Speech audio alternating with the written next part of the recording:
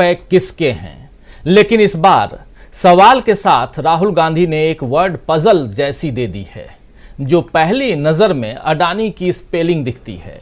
फिर उस स्पेलिंग को देखें तो उन नेताओं के नाम उभरते हैं जो कभी कांग्रेस में हुआ करते थे, लेकिन अब या तो बीजेपी से डरे हुए दिखाई देते हैं या बीजेपी में शामिल हो चुके हैं। इस ट्वीट को देखिए जो लिख रहे हैं राहुल गांधी कि सच्चाई छुपाते हैं। राहुल गांधी लिख रहे हैं सच्चाई छुपाते हैं इसीलिए रोज भटकाते हैं। सवाल वही है, अडानी की कंपनियों में 20,000 करोड़ रुपए बेनामी पैसे किसके हैं। और दूसरी तरफ आप देखिए राहुल गांधी ने जो पजल दिया है जिसमें अडानी दिखाई दे रहा है, और इस सवाल के साथ जो अडानी लिखा हुआ है उसमें गुलाम, पहला देखिए गुलाम, उसके बाद सिंधिया, फिर किरण, फिर हिमंता, फिर अनिल, ये सब लिखा हुआ दिख रहा है। राहुल के इस ट्वीट में अडानी के साथ गुलाम नबी आजाद हैं, गुलाम का मतलब गुलाम नबी आजाद, उसके बाद ज्योतिरादित्य सिंधिया, किरण रेड्डी, हिमंता विश्व शर्मा और अनिल एंटनी का नाम आने से राजनीति में हलचल तेज हो गई है, क्योंकि अब तक ये सारे लोग राहुल गांधी पर हमलावर रहते थे, लेकिन अब राहुल गांधी के इस एक वार से सब तिलमिला उठे हैं। हिमंता विश्व शर्मा तो एक अरसे से राहुल गांधी पर अटैक करते हुए आ ही रहे हैं, आप सब देख ही रहे हैं। जब भी मौका मिलता है, असम के मुख्यमंत्री हैं हिमंता विश्व शर्मा इस वक्त, जो कभी कांग्रेस पार्टी में हुआ करते थे लेकिन कांग्रेस पार्टी छोड़कर गए और बिल्कुल वॉशिंग मशीन में इस ढंग से सफेद हो गए कि उनके ऊपर कोई दाग नहीं है। और अब उन्होंने इस ट्वीट के बाद, राहुल गांधी के इस ट्वीट के बाद सीधे कोर्ट जाने की धमकी दे दी है, और साथ ही नेशनल हेराल्ड और बोफोर्स के मुद्दे को उठाकर राहुल गांधी को घेरने की कोशिश की है हिमंता विश्व शर्मा ने। वहीं अनिल एंटनी नए नवेले बीजेपी में आए हैं अभी। अनिल एंटनी जो है ए के एंटनी के बेटे हैं, और उन्होंने भी ट्वीट किया है, और ट्वीट करके उन्होंने क्या कुछ कहा। अनिल एंटनी कह रहे हैं कि राहुल गांधी एक राष्ट्रीय पार्टी के पूर्व अध्यक्ष और कांग्रेस के तथाकथित पीएम उम्मीदवार को देखकर दुख होता है कि वे एक online social media cell troll की, सोशल मीडिया या कहें ऑनलाइन मीडिया के सेल ट्रोल की तरह बोल रहे हैं, न कि एक राष्ट्रीय नेता की तरह। ये लिख रहे हैं ए के एंटनी, जो ए के एंटनी के बेटे अनिल एंटनी। तो अनिल एंटनी के इस ट्वीट को देखकर दोस्तों समझ में आता है कि वे बीजेपी में जाकर वैसी ही भाषा बोलने की प्रैक्टिस कर रहे हैं जैसी बीजेपी के दूसरे नेता बोलते हैं। दरअसल राहुल गांधी तो अभी सांसद भी नहीं हैं, न ही उन्होंने पीएम पद की कोई दावेदारी दिखलाई है, फिर भी उन्हें इस मुद्दे पर घेरा जा रहा है। बीजेपी नेताओं की ये प्रतिक्रियाएं बता रही हैं कि राहुल का तीर निशाने पर लगा है। वैसे इस तीर से राहुल गांधी ने शरद पवार को भी साध लिया है, जिन्होंने कल ही एनडीटीवी में एक इंटरव्यू दिया। उस इंटरव्यू में अडानी मसले पर राहुल के विरोध को गलत बताया है और जेपीसी की मांग से भी सहमति नहीं दिखाई है। शरद पवार दरअसल उन्होंने कहा है कि जब हम राजनीति में आए तब अगर हमें सरकार के खिलाफ बोलना होता था तो हम टाटा बिरला के खिलाफ बोलते थे। आज सरकार के सामने नए अंबानी और अडानी के रूप में नए टाटा बिरला आ गए हैं। यानी कि पहले जब विरोध करना होता था सरकार का तो हम टाटा और बिरला का विरोध करते थे, यानी उनका नाम लेते थे, और अब विरोध करने का जो नया नाम है वो अंबानी और अडानी है। जरा सुन लेते हैं शरद पवार साहब क्या कुछ कह रहे हैं, और शरद पवार का इस बयान से सीधा सीधा अडानी को सपोर्ट करना क्या मायने रखता है, यह भी महत्वपूर्ण है। लेकिन पहले देखते हैं कि शरद पवार ने बोला क्या था। थोड़ा सा उनकी आवाज आपको समझने के लिए थोड़ा ध्यान से सुनना होगा, मगर बात वही है कि पहले हम टाटा बिरला के बारे में कहते थे, अब अडानी अंबानी के बारे में कह रहे हैं। सुनिए जरा। मैंने कोई अलग कोई खास बात की ऐसी नहीं है, मेरा इतना ही कहना है कि जेपीसी की दीवार हमारे सब अपोजिशन के साथियों ने की, ये बात सच है। हमारे पार्टी के भी प्रतिनिधि उस मीटिंग के थे, ये भी बात सच है।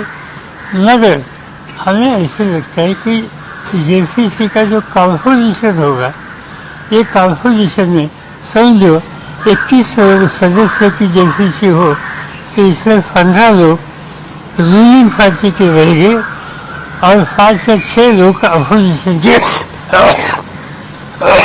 रहेंगे। तो जहाँ ओवरवेलमिंग मेजॉरिटी रूलिंग पार्टी की है, वहाँ देश के सामने सच्चाई क्या है वो कहाँ तक आएगी, इस बारे में कोई भी आसन का फायदा कर सकता है। और इसलिए हमारा कहना ये है कि इससे दूसरा एक अल्टरनेटिव सुप्रीम कोर्ट ने दिया है, वो खुद कहीं से अपॉइंट करना चाहते हैं कि उन्होंने, तो शायद इसकी क्रेडिबिलिटी वो ज़्यादा रहेगी। सर, आपने ये भी कहा कि अडानी को क्रिटिसाइज करना सही नहीं है। अडानी जैसे लोग अच्छा काम करते हैं उनका ऐसे मैंने कहा नहीं, ये मेरे मुँह पर मत डालिए। मैंने ये कहा कि एक ज़माना ऐसा था कि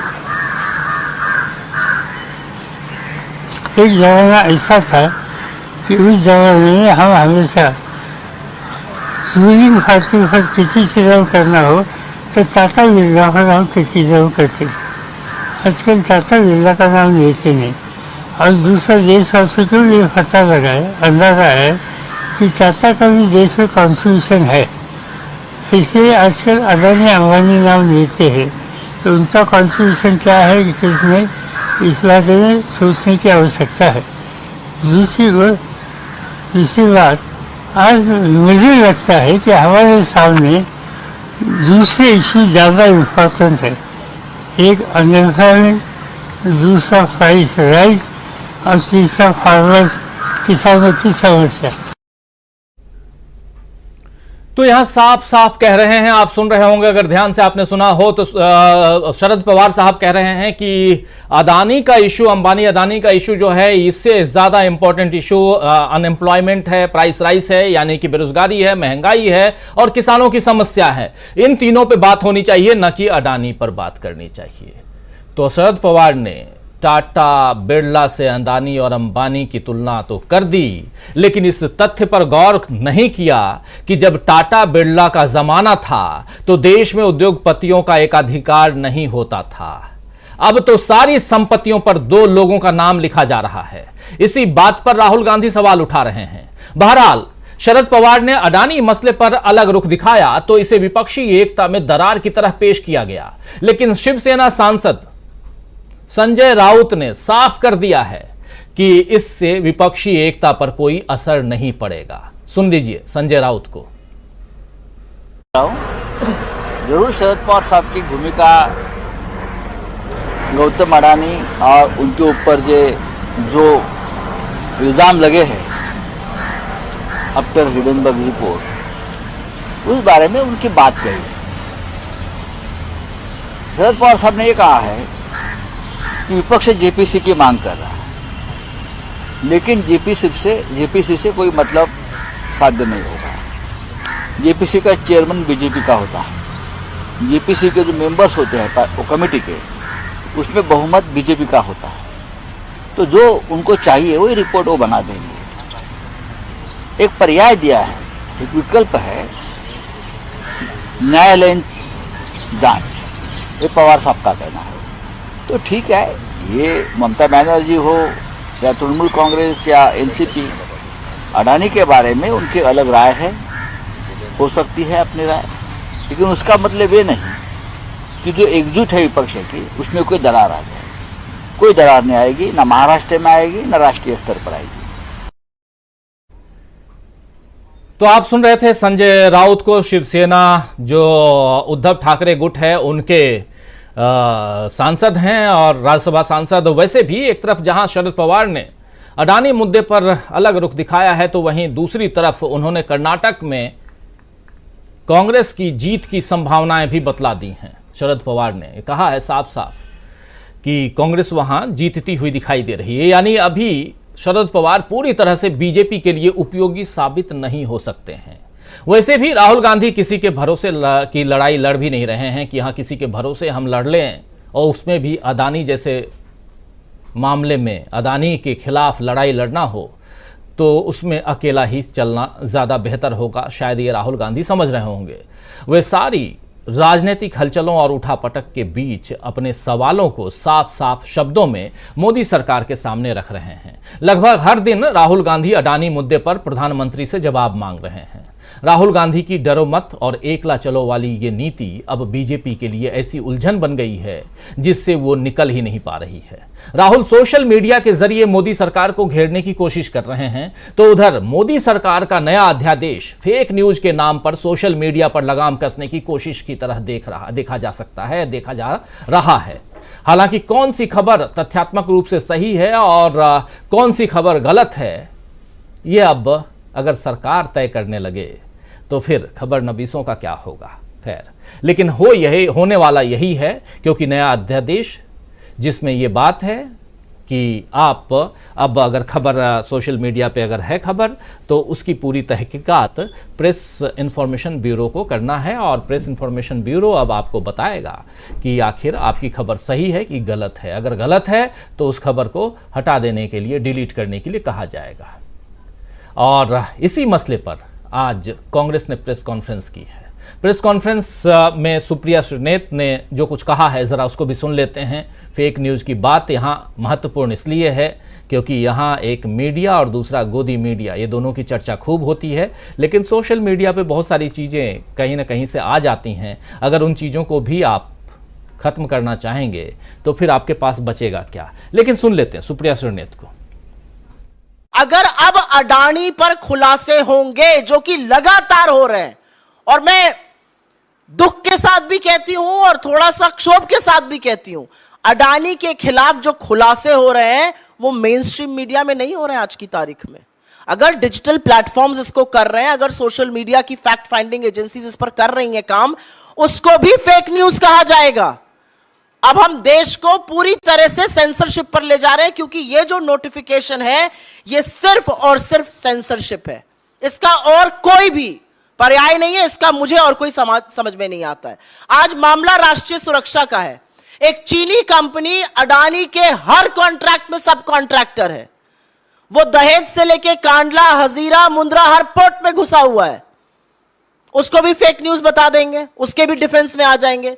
तो सवाल आज यह है कि क्या विपक्ष की आवाज को दबाते दबाते सरकार अब स्वच्छंद मीडिया, सरकार अब पूरी तरह से सेंसरशिप पर उतर आई है। तो सुन रहे थे आप सुप्रिया श्रीनेत को, कह रही हैं कि सरकार पूरी तरह से अब सेंसरशिप पर चली आई है। तो फेक न्यूज का मामला हो या अडानी मोदी के रिश्ते, मोदी सरकार घिरती हुई इन सब मामलों पर दिख रही है और इन सब के बीच राहुल सत्ता पक्ष और विपक्ष दोनों के लिए चुनौती पेश करते हुए दिखाई दे रहे हैं।